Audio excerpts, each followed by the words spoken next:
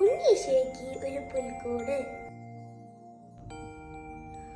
കാലിത്തൊഴുത്തിൽ പിറന്നവനെ, കരുണ നിറഞ്ഞവനെ, കാലിത്തൊഴുത്തിൽ പിറന്നവനെ, കരുണ നിറഞ്ഞവനെ. എല്ലാവർക്കും ഈശോയുടെ തിരുപ്പിറവി ആശംസകൾ.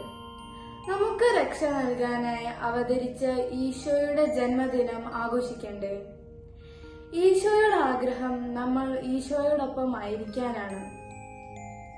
നമ്മുടെ ആഘോഷങ്ങൾക്കിടയിൽ ഈശോയെ മറന്നു പോകുന്നുണ്ടോ? ഈ ക്രിസ്മസിന് നമുക്ക് നമ്മുടെ ഹൃദയം ഈശോയ്ക്കായി വിട്ടുകൊടുക്കാം. ഈശോയെ, ഞാൻ നിന്നെ സ്നേഹിക്കുന്നു, ആരാധിക്കുന്നു, നന്ദി പറയുന്നു എന്ന് ആവർത്തിച്ച് പറയാം.